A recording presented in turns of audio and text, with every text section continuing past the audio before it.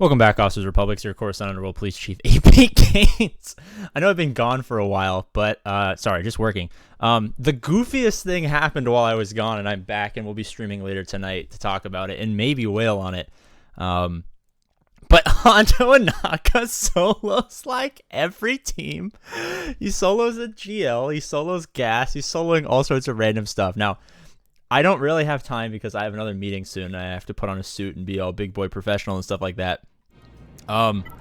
This is totally copyrighted sound, so let's just mute that real quick and turn the playback up to 1.5%. I'm sure you guys have all seen this video or seen Arnold's video or seen any video, but this is the goofiest thing I've ever seen. I believe this guy uses the datacron that ramps offense for evasion. I think you get offense up if you evade or something like that. But he's giving the tank tech, and then when the Zeta from Old Ben dying, and then some evasion on the Old Ben leadership to Hondo. Actually, I don't know if Hondo gets the light side stuff because he's neutral. We still haven't figured out how that works.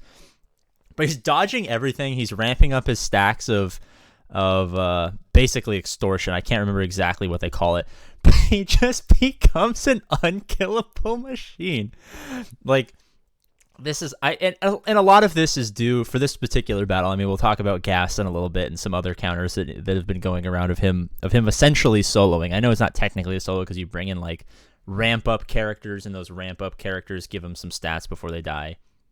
But a lot of this has to do with C's specific inability to fight solo characters and Hondo's specific ability to just never get hit. I mean, there's Malik, who's giving him the sucky suck. Vader has, a bunch of attacks, EPs dropping shocks and stuff like that. Darth Revan's applying fear, same when he crits Hondo. Actually does special damage, so he's not even critting, it doesn't look like. But, like, he's getting sucked, and then they have the killing blow, and then deflect, dodge, deflect, dodge. And this is quite literally the goofiest thing ever. And then when he gets his 50 stacks,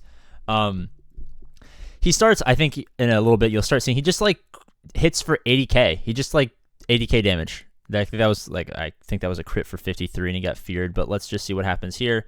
18k, not crazy, but Malik has some good defense. I think he drops a couple of 80 bombs, a 92k on Darth Revan, and then an 88 right there, and then they can't hit him, and he's recovering health and protection. He does 36 special damage, applies his capture, little extortion bonus thing, some AoE ability boxes, 101,000 damage, 113,000 damage. He's doing 87,000 damage over on C, who's, he's Relic 8, so he's not like the squishiest C in the world. Another 88. He's doing 103 to Vader. Like, I think he kills C first, or maybe he kills Vader first. I honestly don't know. But it's just the goofiest thing I've ever seen. And this is prime Star Wars Galaxy of Heroes.